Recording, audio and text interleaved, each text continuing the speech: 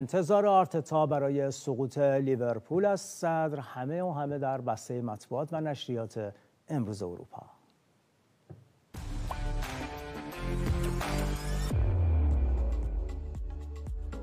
سپورت امروز صفحه اول خودش رو به دو تیتر متفاوت اختصاص داده. تیتر اول قهرمانی مارک مارکز در مسابقات موتو جی پی و تیتر دوم پیروزی سخت بارسلونا. شماره 1 جهان مارکز با قهرمانی دوباره در مسابقات موتو جی پی به رکورد 9 قهرمانی جهان والنتینو روسی رسید. و شماره 1 در لالیگا بارسا به لطف یک کامبک و همچنین درخشش لامین یامال با غلبه بر سوسییداد به صدر جدول رسید. و حالا مکس آلگری و گاسپرینی هم هستن. روم با پیروزی برابر ورونا و میلان با پیروزی برابر خود ناپولی به این تیم در صدر جدول رسیدن.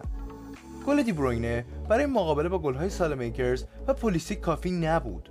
سولو و دوفبیک هم روم را به پیروزی رسوندن.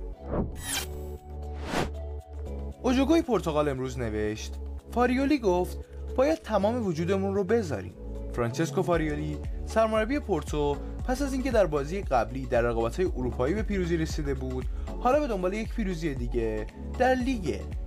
این روزنامه همچنین نوشت نمانی ماتیچ که حالا در ساسولو بازی میکنه و چندین بار در تیم‌های مختلف بازیکن مورینیو بوده، در ارتباط با بازی پیش روی چلسی و بنفیکا گفت باید به مورینیو ایمان داشت. استار اسپورت امروز به پیروزی آرسنال اشاره داشته و نوشته توپچی‌ها در پی افتخار. آرتتا کاملا به سقوط لیورپول در لیگ چشم دوخته. آرتتا اعلام کرد که پیروزی باور نکردنی آرسنال در دقایق پایانی مقابل نیوکاسل نشون داد که اونا چقدر برای قهرمانی لیگ و شکست دادن لیورپول مصمم هستن.